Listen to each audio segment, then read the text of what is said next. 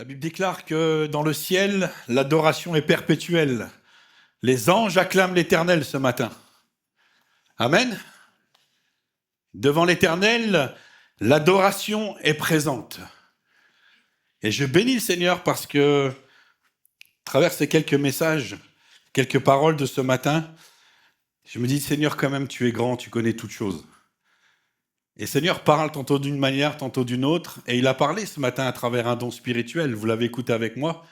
Cette personne qui a dit ce don ne sait même pas ce sur quoi je vais prêcher, qu'est-ce qui est écrit sur mes notes, mais j'allais dire, tant mieux parce qu'il a déjà ouvert le chemin, il a déjà dit les choses. Et pour moi, ça me rassure, je me dis, Seigneur, c'est que quand tu confirmes ta parole, tantôt d'une manière, tantôt d'une autre, c'est parce que tu es en train de te révéler, que tu veux vraiment appuyer quelque chose dans le cœur et dans les vies de chacun d'entre nous ce matin.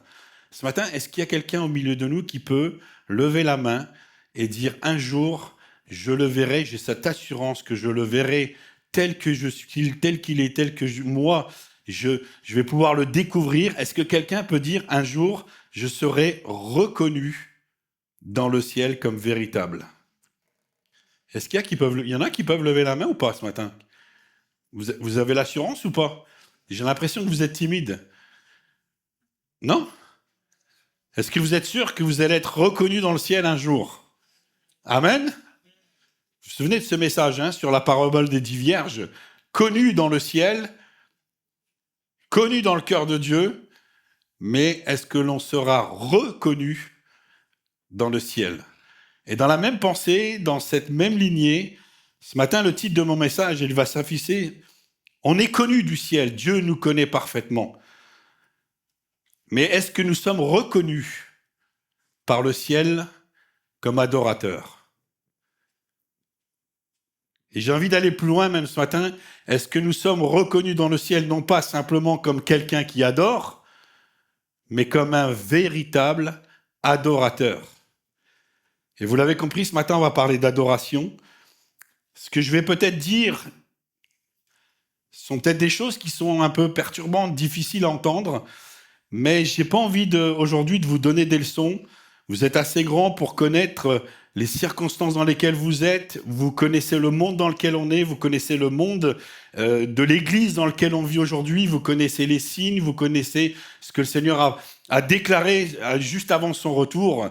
Mais ce matin, on ne va pas être là pour critiquer ce qui est fait dans l'Église, ce qui se dit dans l'Église, parce que nous avons trop de respect pour l'Église, nous aimons l'Église de tout notre cœur, nous aimons la parole de Dieu.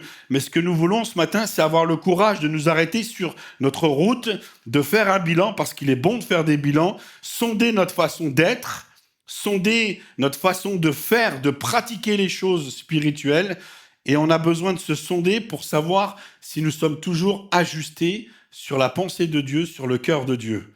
Et il faut le dire aujourd'hui, dans nos églises pentecôtistes, évangéliques, des églises dites modernes, pour moi, on assiste à des choses qui sont quand même très étranges, qui deviennent même de plus en plus perturbantes dans la manière dont la foi est exprimée, la foi se manifeste, la foi se met en œuvre.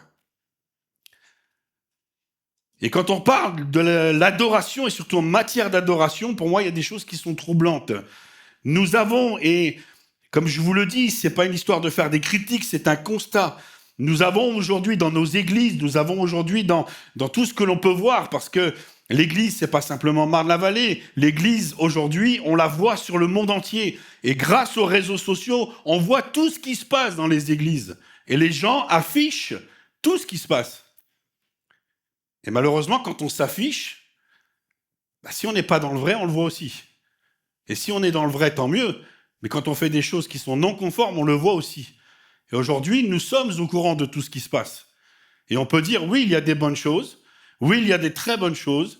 Mais oui, il y a aussi des choses qui sont catastrophiques. Nous avons les formes, nous avons les codes, nous avons toutes les choses qui mettent en place l'adoration. Mais je crois qu'aujourd'hui, et c'est un constat, nous avons perdu la substance de l'adoration. Nous avons perdu ce qui fait vraiment la force de l'adoration. Moi, je le crois, nous avons fait fausse route par rapport à ce qui est la base, par rapport à ce qui est défini dans la parole de Dieu et ce que Dieu veut de l'adoration. Ne me regardez pas, ne me jetez pas de pierre, c'est juste un constat que je fais. Il faut qu'on soit honnête. Il y a un moment donné, on est honnête dans la vie, moi je dis toujours, on met carte sur table et là on voit les choses. Hein. Et face à ce constat, pour moi, il a semblé bon qu'on puisse replacer des bases doctrinales, des bases bibliques de l'adoration qui est selon le cœur de Dieu et non pas selon la pensée des hommes et surtout pas selon la pensée de certaines églises qui sont réputées, qui ont le vent en poupe aujourd'hui, etc., qui font des choses. Ce n'est pas eux qui sont les valeurs étalons de l'adoration. Il m'a semblé bon de remettre vraiment l'adoration au centre de notre vie. Parce que pour moi, l'adoration, c'est le sujet le plus important dans la parole de Dieu. Si vous regardez et vous lisez votre parole, tout a commencé dans l'adoration. Tout a commencé dans l'adoration. Tout, aujourd'hui, finira ici-bas dans l'adoration, puisqu'à un moment donné, on l'a entendu, nous serons enlevés dans le ciel et on ira à la rencontre du Seigneur dans le ciel pour le louer et l'adorer éternellement. Mais aussi, tout finira pour l'éternité dans l'adoration de Dieu le Père. Tout est adoration. Nous sommes adoration. Et l'activité du ciel, c'est l'adoration devant le trône. Mais il m'a semblé bon aussi, comme on l'a vu pendant les jeudis de la semaine du mois dernier, quand il y avait cette épître de Paul à Tite. Et à un moment donné, Paul dit à Tite, tu as besoin de réfuter les faux enseignements. Tu as besoin de réfuter les faux discours, les fausses doctrines. Tu as même besoin, il va très fort dans l'emploi de son vocabulaire, tu as même besoin de fermer la bouche aux faux prophètes. Et moi, il m'a semblé bon ce matin qu'à travers, non pas ce que moi je vais dire ou ce qu'un homme pourrait dire, mais ce que la parole de Dieu dit, il faut qu'on ferme la bouche aux fausses doctrines, aux faux enseignements, aux fausses manières de faire. Est-ce que vous êtes d'accord avec moi? Amen.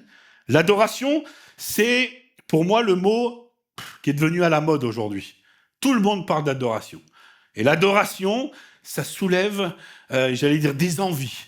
Ça motive les foules, ça transcende les foules. Vous parlez d'adoration, là, il y a tout le monde qui se lève. Vous parlez de ministère d'adoration, il y a tout le monde qui veut être sur l'estrade. Vous parlez de ministère du ménage, il n'y a plus personne.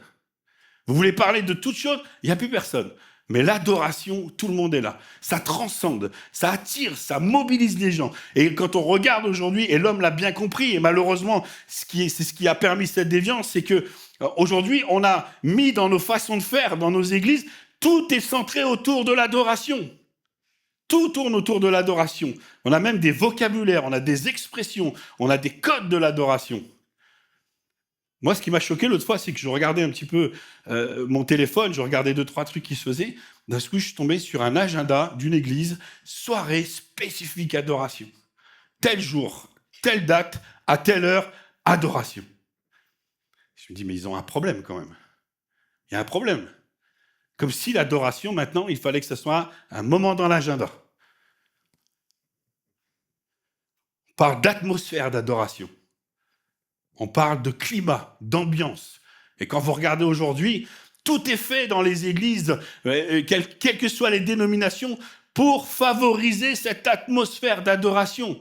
On met des lumières, on met des tapis, on met des trucs, on met de ceci, on met de cela. Ah, il faut que Dieu soit bien, et à ce moment-là, il faut qu'on soit là en rond, on va allumer des bougies, on va faire en sorte que Dieu se sente bien, qu'on soit dans des moments d'adoration.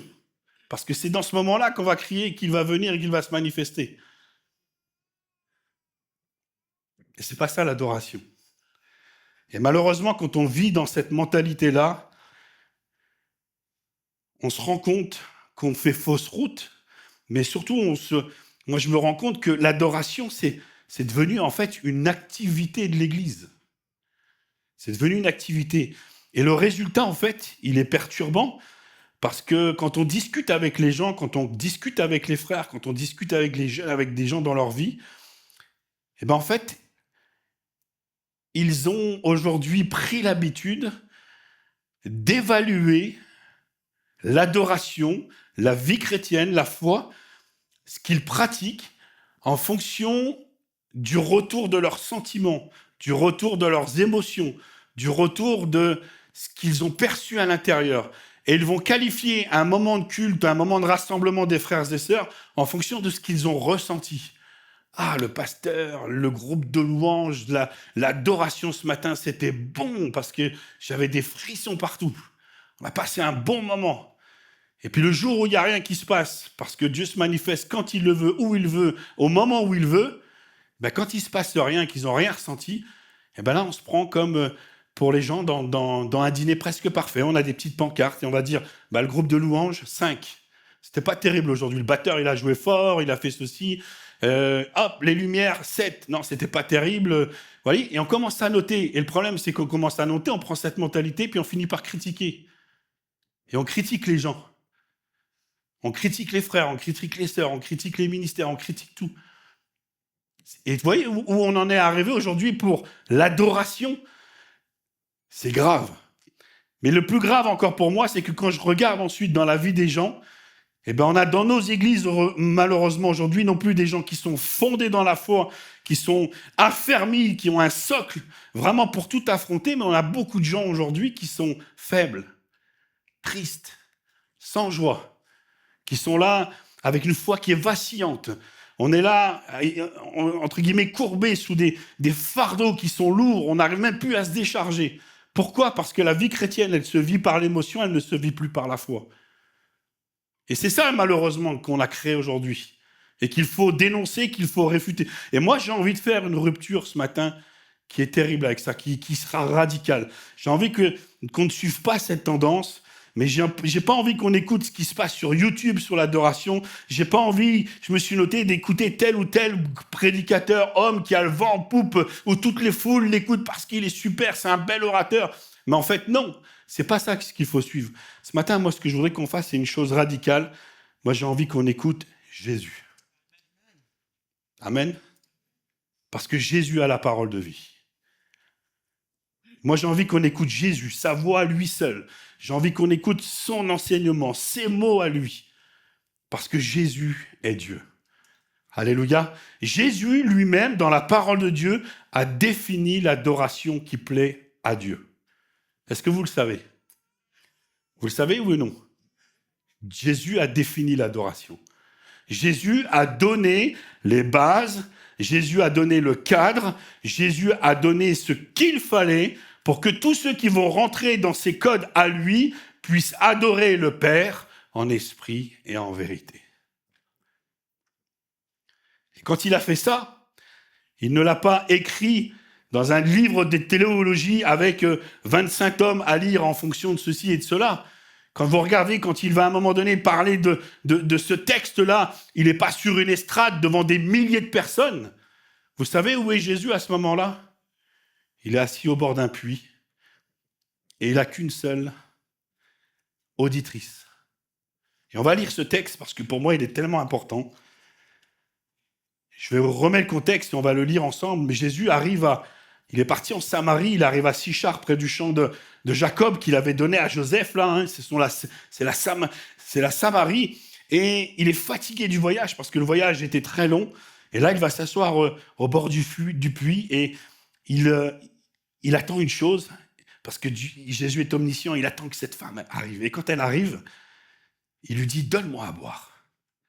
Et là, il y a un étonnement parce que pour cette femme samaritaine, un juif qui lui parle, en plus c'est une femme, donc elle est perturbée, mais elle ne sait plus trop quoi dire. Et en fait, Jésus lui dit « Mais si tu savais qui je suis, c'est toi qui m'aurais demandé à boire, et je t'aurais donné de l'eau vive. » Et cette femme lui dit « Es-tu plus grand que notre père Jacob ?» Et Jésus dit « Quiconque boit de cette eau aura encore soif, mais celui qui boira de l'eau que je lui donnerai n'aura plus jamais soif. Et l'eau que je lui donnerai deviendra une source d'eau qui jaillira jusque dans la vie éternelle. » Et pour lui prouver à cette femme qu'il est grand, qu'il connaît tout, qu'il est omniscient, il lui dit « Va chercher ton mari. » Et cette femme de lui dire « Non, mais j'ai pas de mari. » Et là, il va faire une révélation complète sur sa vie.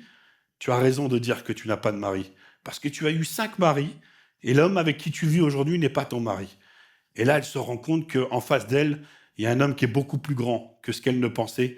Il est prophète. « Ah, mais si tu es prophète, si tu connais toutes choses !» Et là, elle va en profiter parce qu'elle a envie de savoir, elle a envie de rechercher Dieu, elle a envie de connaître Dieu. Il lui dit, nos pères ont adoré sur la montagne, sur celle-ci. Vous, aujourd'hui, vous dites qu'il faut aller adorer là-bas. Qui dit vrai? Et Jésus dit ceci, on lit ce texte. Femme, lui dit Jésus, crois-moi. En fait, crois-moi, c'est aie foi en moi. Appuie-toi sur ma parole. Écoute ce que je vais dire à l'instant même et tu vas voir, ça va changer ta vie. Tu ne seras plus jamais la même. L'heure vient où ce ne sera ni sur cette montagne, ni à Jérusalem que vous adorerez le Père. Vous adorez ce que vous ne connaissez pas, nous adorons ce que nous connaissons, car le salut vient des Juifs. Mais l'heure vient, et elle est déjà venue, où les vrais adorateurs adoreront le Père en esprit et en vérité, car ce sont là les adorateurs que le Père demande, que le Père cherche. Et là, il y a 4 lettres qui changent tout. Des vrais adorateurs, des véritables adorateurs. Jésus ne dit pas qu'il cherche des adorateurs, il cherche de vrais adorateurs. Et quand je relisais ça, je me dis, mais oui, s'il dit que c'est vrai, c'est que forcément, il y a des adorateurs qui sont faux. Forcément, il y a des adorateurs qui sont des imitations. Forcément, il y a des adorateurs qui sont des copies, des performances, mais qui sont creux, qui ne plaisent pas à Dieu. Mais nous, on veut être de vrais adorateurs. Dieu est esprit, et il faut que ceux qui l'adorent en esprit et en vérité. Amen. Et la question qui doit nous interpeller ce matin, ce n'est pas est-ce que j'adore, parce qu'on le sait, nous sommes faits pour adorer. De toute façon, on adore. Mais la vraie question, c'est est-ce que mon adoration, est-ce que ma vie, est-ce que je suis un adorateur véritable? Est-ce que je suis un adorateur vrai? Est-ce que je suis un adorateur qui est reconnu par le Père? Parce que Dieu cherche des adorateurs. Et s'il en cherche encore aujourd'hui, c'est parce qu'il y a de la place. Il y a de la place. Il veut de vrais adorateurs. Il veut que les hommes se tournent du mensonge pour se tourner dans la vérité. Alors ce matin, notre plan en 3 points. Pourquoi Dieu veut-il être adoré? Pourquoi l'adoration que Dieu cherche est-elle vraiment ce qu'elle est et ce qu'elle n'est pas? Et le 3e point, on verra qu'est-ce que l'adoration, elle crée en moi. Alors, moi, je me suis posé cette question, mais pourquoi Dieu veut-il que l'on l'adore? Il cherche des adorateurs. Est-ce qu'il est narcissique? Est-ce qu'il est imbu de sa personne?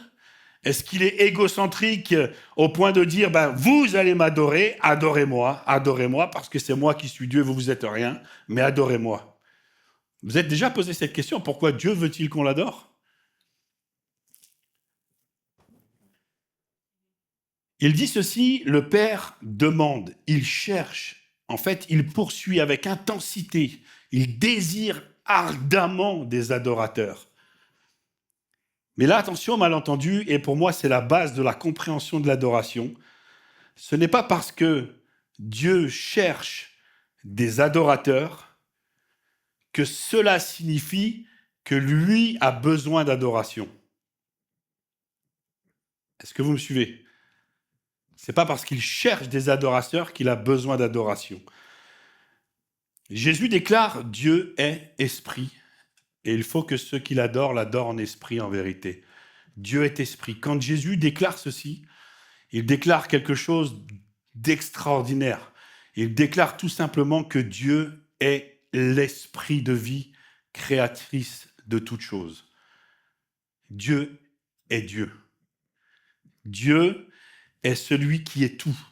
Et si vous êtes d'accord avec moi ce matin, dites Amen.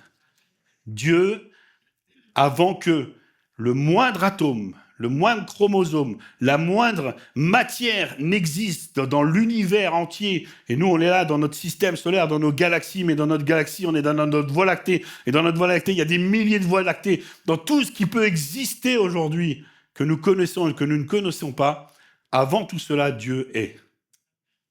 Amen. Dieu est. Il n'a ni commencement, ni fin. Il est l'alpha, l'oméga, vous connaissez ces choses. Il est le logos, il est la parole. Et un jour, il a dit que les mondes soient. Et tout a été créé.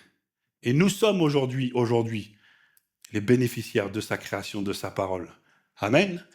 Oui, nous sommes sûrs, et je crois que nous sommes au clair sur le fait que Dieu n'est pas limité dans le temps, Dieu n'est pas limité dans l'espace, Dieu n'est pas limité dans la matière, Dieu a ses attributs d'omniscience, d'omnipotence, de tout ce d'immuabilité. Dieu et tout ce qui fait que Dieu est Dieu. Il est au-dessus de tout, il est dans tout, il est à travers tout, il supporte tout. Et si Dieu se retirait, plus rien n'existerait.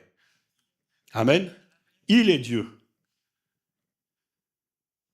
Mais la chose la principale à comprendre, hormis tout ceci, c'est que Dieu est parfaitement suffisant à lui-même.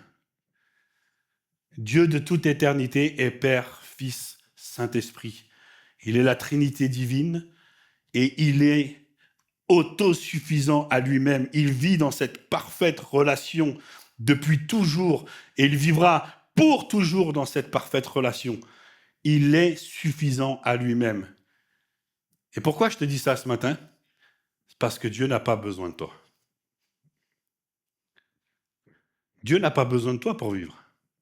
Avant même que tu existes, il existait déjà. Avant même que tu prononces une parole, il était déjà. Dieu n'a pas besoin de toi. Et je vais aller plus loin encore ce matin. Dieu n'a pas besoin de ton argent. Dieu n'a pas besoin de ta force. Dieu n'a pas besoin de ton intelligence, de tes efforts. Dieu n'a pas besoin de tes activités pour lui. C'est pas parce que tu sers à l'église que ça va changer Dieu. Dieu n'a pas besoin, on va aller plus loin, Dieu n'a pas besoin de tes prières pour exister. Mais surtout, Dieu n'a pas besoin de ton adoration. Parce qu'il est Dieu avant toute chose. Et avant même que tu te mettes à genoux pour l'adorer, il était Dieu. Et il sera toujours Dieu que tu l'adores ou que tu ne l'adores pas. Rien ne changera.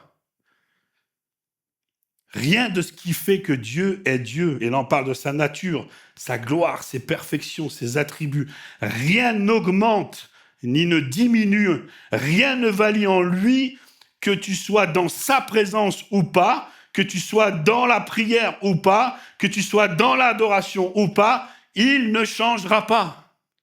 Il restera le même. Et c'est ce que dit Paul dans sa prédication à Athènes. Le Dieu qui a fait le monde et tout ce qui s'y trouve, étant le Seigneur du ciel et de la terre, n'habite point dans des temples faits de mains d'hommes, n'est point servi par des mains humaines, comme s'il avait besoin de quoi que ce soit. Lui qui donne tout à tous la vie, la respiration et toute chose, Dieu ne nous doit rien. Amen. Dieu ne nous doit rien. Un jour, un homme a tenté d'aller, entre guillemets, expliquer sa situation, c'est d'influencer Dieu dans ce qu'il était, dans ce qu'il avait enduré. Et un jour, il s'est levé, il a dit moi, je vais me présenter devant Dieu et je vais parler au Tout-Puissant. Je veux aller plaider ma cause devant Dieu. Vous connaissez cet homme, Job, qui venait de passer par des souffrances terribles. Et quand il dit ça, Dieu est attentif. Et il descend voir Job. Dieu ne s'excuse pas. Dieu ne s'explique même pas. Dieu n'a aucun compte à rendre à Job. La seule chose qu'il lui dit, Job, au fait, où étais-tu quand j'ai placé l'univers dans les cieux? Où étais-tu quand j'ai tiré les cordeaux? Où étais-tu quand j'ai placé les montagnes, quand j'ai fait ceci, quand j'ai fait cela? Et vous lisez pendant 4 chapitres, Dieu explique la grandeur de sa puissance, de sa création, de sa majesté. On a loué ce matin, il est majesté. Dieu explique à Job qui il est. Et quand Job commence à reconnaître qui est Dieu, il tombe sur ses genoux et la seule chose qu'il dit, je reconnais que tu peux tout. Je reconnais que tu es Dieu. Je reconnais ta majesté. Pardonne-moi parce que j'ai parlé trop vite. Et au moment où Job change sa mentalité, où il comprend que Dieu ne lui doit rien, mais que lui doit tout à Dieu, il devient un adorateur puissant. Alléluia. Et vois-tu, ça c'est une facette de l'adoration. Quand tu adores Dieu, tu ne donnes pas à Dieu ce qu'il a déjà, mais c'est toi qui reçois la pleine révélation de qui il est. Et non, Dieu n'est pas narcissique. Alors pourquoi veut-il que l'on l'adore avec insistance, puisque le premier commandement qu'il donne dans la loi de Moïse, « Tu n'auras pas d'autre Dieu devant ma face ». Et Jésus reprendra ce texte, « Vous adorez, tu adoreras le Seigneur ton Dieu et tu le serviras lui seul, lui, dans l'exclusivité ». Dieu veut qu'on l'adore, pourquoi? Parce que dans chacune de nos vies, il y a du vide. Il y a du vide à combler. Il y a du vide.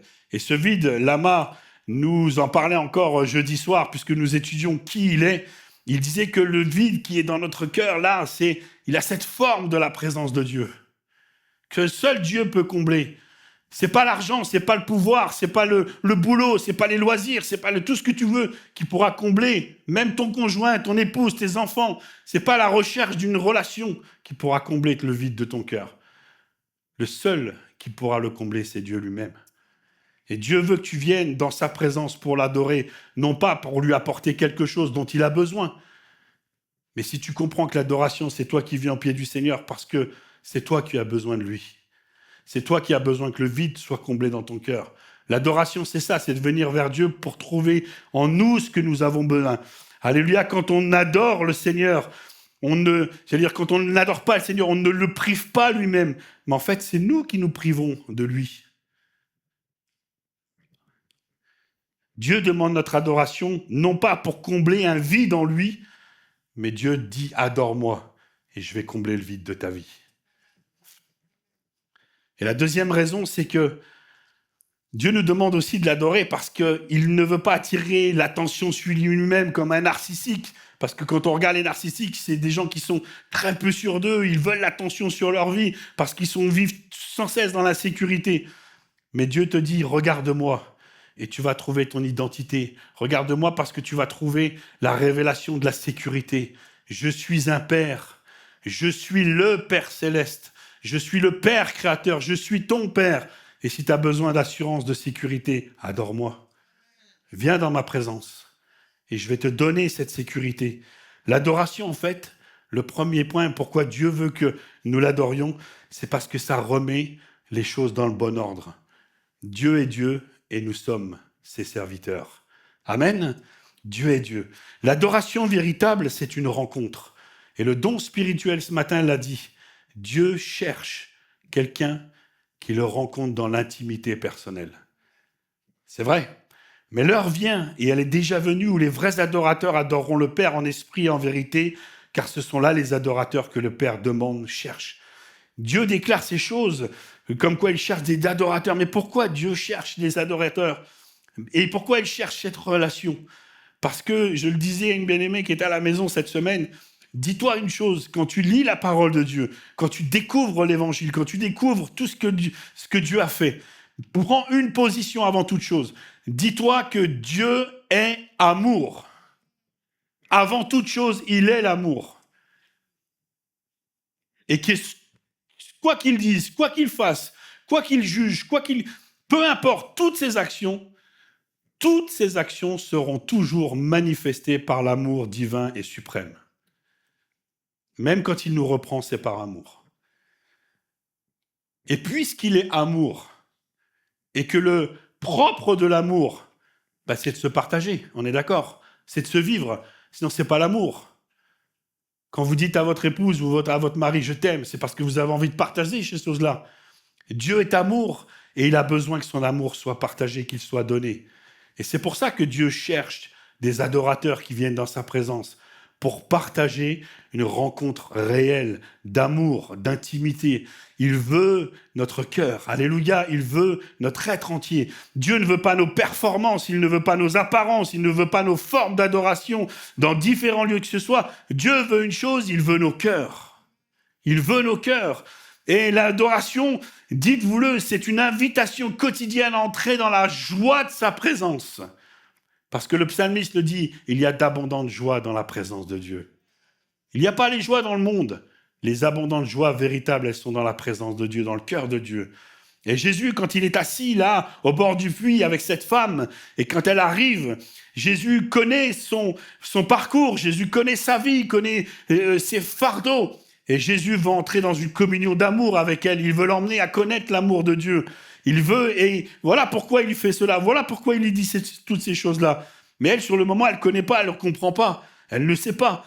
Elle dit, non, mais moi, nos pères ont adoré là, comment on adore, est-ce qu'il faut faire... Non, mais arrête avec ça, arrête, c'est pas la montagne, c'est pas ça. Non, maintenant, ce que tu vas faire, c'est que tu vas entrer dans la présence de Dieu en esprit, en vérité. Tu vas rentrer dans sa présence. Tu vas être là parce que c'est là que le Père cherche ses adorateurs dans une relation, dans une communion par l'Esprit et dans la vérité. Pourquoi Dieu dit « dans l'Esprit » ? Parce qu'il est l'esprit de toute chose, il est l'esprit de vie, il est le Dieu des esprits. Il est le créateur du souffle vivant. Et n'oublie jamais une chose quand tu te lèves le matin. Et bénis Dieu, on le dit souvent, mais bénis Dieu parce que le souffle de vie est encore dans ton cœur. Bénis-le. Parce que si le jour où Dieu arrêtera et retiendra son esprit, tu quitteras cette terre. Mais Dieu est esprit, et il faut que ceux qui l'adorent en esprit. C'est-à-dire que nous sommes constitués de notre esprit, notre capacité à rentrer en contact avec Dieu, notre être entré, notre âme, on pourrait dire, qui est vivante. Hein. On ne va pas faire de distinction entre l'esprit, intelligence, l'âme, l'émotion, etc. Non, là, Dieu est en train de dire, il faut que celui qui adore, là, dans son âme, dans son être vivant, revienne à moi. C'est comme un cycle. Dieu nous donne la vie, et en retour, Dieu veut que la vie revienne à lui. En esprit. C'est pas au feeling, on fait pas ce qu'on veut quand on s'approche de Dieu. On n'y va pas juste avec notre corps le dimanche matin, alléluia, Dieu est vivant, Dieu est béni, et on repart toute la semaine et les choses de Dieu, ça n'existe plus. On fait pas ce qu'on veut, non, Dieu nous veut en esprit. Dieu veut qu'on soit dans cette relation connectée à lui à chaque instant, dans la vérité surtout. Dans la vérité. Ça veut dire ne pas faire ce qu'on veut non plus, mais c'est être conforme à ce que Dieu veut. Dieu veut qu'on adore en vérité, parce que dans la vérité, c'est là que Jésus se révèle. Il est le chemin, la vérité et la vie. Il est le chemin, la vérité. Il est la vérité. Non pas, j'allais dire, on s'approche de Dieu dans la pensée et dans la façon dont nous on conçoit qui est Dieu. Non, tu rentres dans la vérité, révélée en Jésus-Christ. Si tu vois Jésus, Jésus disait, celui qui m'a vu a vu le Père. Je suis vrai. Adore Dieu dans la vérité, dans ce que lui dit dans sa parole. Et surtout, adore-le dans la vérité, non plus avec des masques, non plus avec des mensonges, non plus avec des faux semblants, des comédies religieuses, mais Dieu nous demande d'être vrai. Vous savez, quand on vient le dimanche matin et qu'on se rassemble, vous croyez que Dieu ne connaît pas nos pensées? Dieu ne connaît pas nos cœurs? Ah non, on peut les cacher à tout le monde. Hein. On peut mettre tout ce qu'on veut sur notre cœur. On peut mettre les habits du parfait évangéliste, de tout ce que vous voulez. Mais Dieu sait si tu es vrai ou pas dans ton adoration. Dieu le sait. Il faut être vrai. Et quand on est vrai, ben oui, il y a des moments où on a chuté. Oui, il y a des moments où on va pas bien. Oui, il y a des moments où on est dans la joie. Oui, il y a des moments qui sont catastrophiques. Oui, il y a des moments euphoriques et de bénédiction. Ça fait partie de nos vies. Mais on n'a pas besoin de jouer un rôle, on ne se cache pas.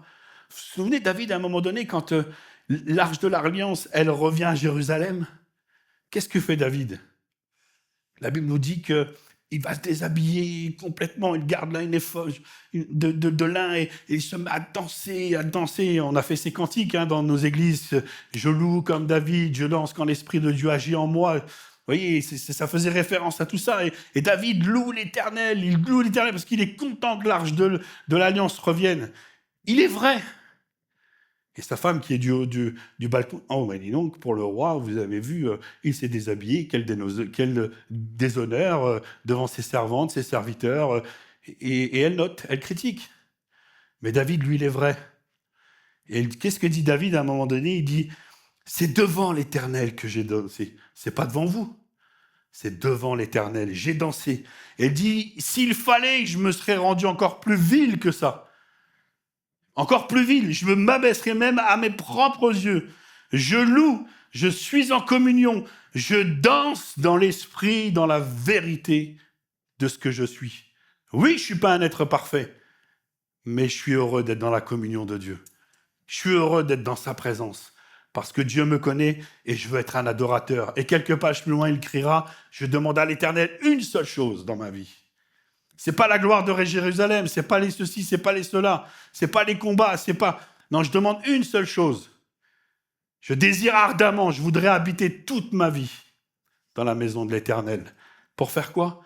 Pour contempler la grandeur de sa nature, contempler qui il est, admirer son temple. Alléluia. Et c'est ça l'adoration. C'est que nous allons dans sa présence telle que nous sommes, en esprit, en vérité. Dieu veut que nous y allions parce que c'est là qu'il veut avoir ce cœur à cœur avec nous. C'est dans l'adoration que le miracle se passe. C'est dans l'adoration que les choses changent. Et quand on comprend ça, que l'adoration, c'est une rencontre vivante, pas du dimanche matin, elle est quotidienne. 7 jours sur 7, 24 heures sur 24, je suis dans l'adoration. Ma vie est une adoration. Amen. Mes gestes sont une adoration. Mes comportements sont une adoration. Mes voix sont des adorations. Tout ce que je suis doit être adoration. Et quand on comprend ça, on se dit, mais oui, mais l'adoration, c'est pas une activité en fait. L'adoration, c'est pas une performance, c'est pas un devoir religieux, c'est pas un style musical, c'est pas parce que le groupe de louange, il est bon ou il est pas bon, c'est pas parce qu'il faut chanter les nouveaux ou les anciens cantiques ou ceci ou cela, peu importe. Ça, ce sont des formes extérieures. Mais l'adoration, elle est vraie, elle est dans le Seigneur, elle est dans le cœur à cœur. Amen. Sois un adorateur. L'adoration, c'est pas une ambiance, c'est pas une atmosphère. J'allais dire, c'est pas un frisson, c'est pas un sentiment. Tu peux être un entre guillemets, être là dans l'adoration, dans un moment de culte euphorique de joie, et ton adoration, elle est zéro. Par contre, tu peux être dans ton lit d'hôpital, assis sur ta chaise, en train de pleurer, et tu peux être un adorateur. Alléluia. L'adoration, c'est un cœur à cœur. C'est pas une technique de manipulation non plus. C'est pas parce que je vais dans l'adoration que Dieu va me donner. Dieu te donnera quand il voudra. Dieu te donnera parce qu'il a déjà pourvu à tous tes besoins. Va dans le lieu secret. Dieu a dit, je te rendrai les choses. Viens dans l'adoration. Et l'adoration, elle a un pouvoir transformateur pour nos vies qui est indispensable. Et j'ai relié ce texte que les adorateurs que le Père recherche demandent ce qu'ils adoreront en esprit, en vérité, avec la déclaration de l'apôtre Paul dans 2 Corinthiens 3,18. Vous le connaissez, c'est la loi de la contemplation. Nous tous qui le visage découvert, réfléchissons comme dans un miroir la gloire du Seigneur. Nous sommes transformés en la même image, de gloire en gloire par l'Esprit du Seigneur. Amen. Amen. Dans le don spirituel, tout à l'heure, il a été évoqué Moïse. Moïse qui était monté sur la montagne, à la rencontre de Dieu. Ah oui, alors dans la vallée, il s'est passé des catastrophes. Mais la Bible nous dit que quand Moïse est descendu, qu'est-ce qu'il a été obligé de faire? Il a été obligé de prendre un linge, se voiler tout le village, son être entier. Pourquoi? Parce que son visage rayonnait puissamment la gloire de Dieu. Et ça devenait gênant pour tout le monde. Alors il se cachait. Et en fait, ça nous démontre une loi qui est spirituelle, qui est pour moi l'une des plus puissantes de l'univers. N'oublie jamais ceci. Tu deviendras ce que tu adores. Excuse-moi de te le dire, mais si tu adores la télé, les films, si tu adores les films d'horreur, si tu adores les films de ceci, tu deviendras comme. Si tu adores, excuse-moi, les choses de ce monde vil, ne dis pas que tu vas devenir saint, tu vas devenir vil. Si les choses qui remplissent ta vie ne sont pas les choses de Dieu, tu finiras par devenir la même chose. Mais si tu adores Dieu, tu finiras par devenir comme lui. Alléluia, tu finiras par être comme lui. Si tu contemples Dieu dans l'adoration, l'apôtre Paul dit ceci, tu vas être métamorphosé. Les choses anciennes sont passées, toutes choses deviennent nouvelles. Il y a des fruits dans l'adoration véritable. Et c'est là, je prends quelques minutes encore, c'est là que vous allez maintenant prendre votre stylo et votre papier et de dire je coche ou je coche pas. Je coche ou je coche pas. Je suis un adorateur vrai ou un adorateur où j'ai besoin de faire des progrès. Le fruit numéro 1 de l'adoration, c'est qu'elle nous transforme dans notre être intérieur. Celui qui prétend adorer Dieu mais ne change pas, c'est un faux adorateur. Celui qui contemple la sainteté de Dieu deviendra forcément de plus en plus saint. Celui qui contemple l'amour de Dieu deviendra forcément de plus en plus aimant dans la relation de tous les jours. C'est dans l'adoration qu'on devient de plus en plus, comme le dit l'apôtre Pierre, participant de la nature divine de Dieu. C'est dans l'adoration. Plus on adore, et plus on devient meilleur. Amen. Alors il y en a qui me regardent et disent, lui, il doit passer encore du temps dans l'adoration. Hein? J'ai entendu tes pensées, mon épouse. Je dis non. Oui, on a besoin d'être transformé, on a besoin de progrès. mais ces progrès, ça se passe dans sa présence. Amen.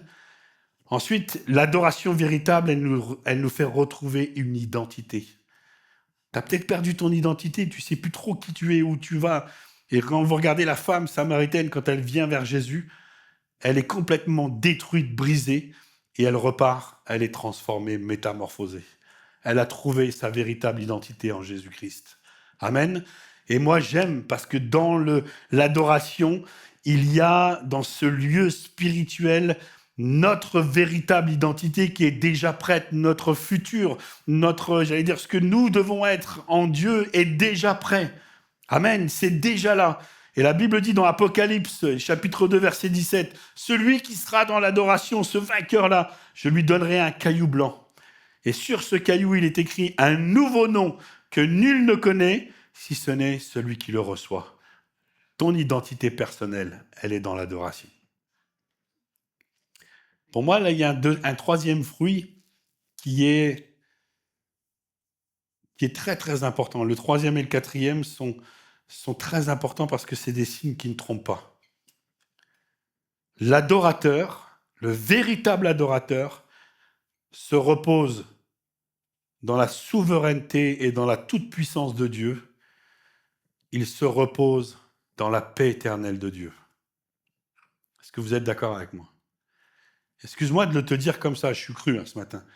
Mais si ta vie, elle est toujours dans l'angoisse, si ta vie, elle est dans l'inquiétude du lendemain, si ta vie, elle est toujours dans les tourments, si tu es toujours en train de te demander si ça va aller, si ça va pas aller, qu'est-ce qu'on va faire, où on va aller, comment ça va se passer pour moi, si tu vis ces choses-là au quotidien, si c'est ce qui est sur le trône de tes émotions, je le dis, tu n'es pas un véritable adorateur. Un adorateur vit dans la paix de Dieu. Vous croyez que quand il y a eu la plus grande tragédie que le monde ait connue, qu'il n'y en aura plus jamais sur cette terre, quand Noé, à un moment donné, Dieu lui est venu vers lui, qui lui a dit « Je vais détruire la terre, je vais détruire l'humanité, tout ce que tu vois là n'existera plus jamais ». Vous croyez qu'il n'aurait pas dû être dans le tourment, lui?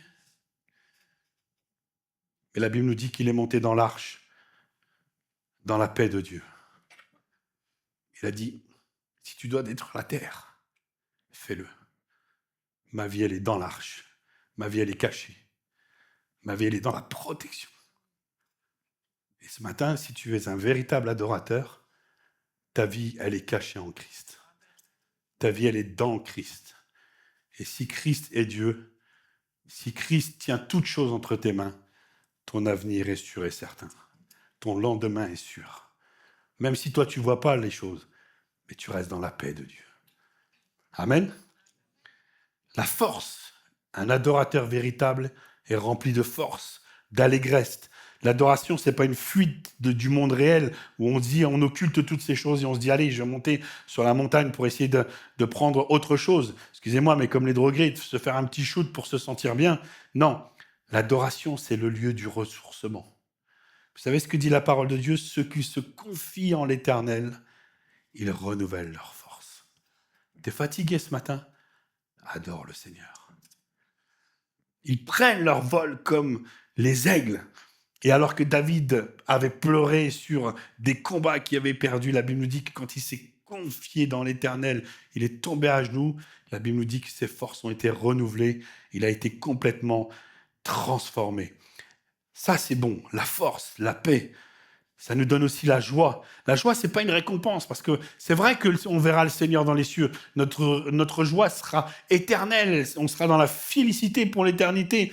Mais la joie que l'adoration nous procure, que la nature de Dieu nous procure, ce n'est pas une essence, c'est un mode de vie. J'avais l'habitude d'avoir mon pasteur formateur quand j'étais à Nancy, le pasteur Claudio, je peux le citer, parce qu'il est toujours vivant, et il le dit toujours, et il le disait avec force, un chrétien qui est triste, c'est tu l'as dit, Michel, elle connaît parce qu'elle le connaît aussi, il dit toujours, un chrétien qui est triste, c'est un triste chrétien. Et ça vous marque? Soyez toujours dans la joie. Amen. Que tout aille bien, que tout soit mal, soyez dans la joie parce que Dieu est joie. Alléluia, Dieu est joie. Il y a d'abondantes joies devant sa face. Je suis transformé, je retrouve une identité dans l'adoration. Je trouve la paix, la force renouvelée, la joie. Alors, est-ce que tu veux être un adorateur ce matin? Amen. Est-ce que tu veux être un adorateur? On n'adore pas le vide, on adore ce qu'on connaît, on accepte la vérité sur nous-mêmes, on intègre l'adoration comme un mode de vie. C'est ce que disait Paul. Je vous exhorte, frères, par les compassions de Dieu, à offrir tous les jours en sacrifice vos corps, votre être entier, ce qui sera pour vous un culte, une adoration qui plaira à Dieu pour l'éternité. Amen. Nous sommes transformés à son image. Laissons le Saint-Esprit intercéder pour nos vies. Laissons le Saint-Esprit intercéder par des soupirs que nous ne comprenons pas, que nous ne maîtrisons pas, afin qu'il puisse nous transformer à devenir des vrais adorateurs, en esprit, en vérité. Alors nous avons vu ce qu'est l'adoration. Nous avons compris que Dieu est amour. Nous avons compris que Dieu ne cherche pas des êtres parfaits, mais il cherche des êtres authentiques qui viennent se confier en lui. Dieu n'a pas besoin de ta belle voix, Dieu a besoin de ton cœur. Dieu a besoin de ton cœur. Alors qu'est-ce que tu vas faire avec tout ça ce matin? Est-ce que tu vas repartir comme tu es rentré? Ou est-ce que dans ce moment qu'on peut prendre ensemble encore, est-ce que tu décides de devenir un véritable adorateur?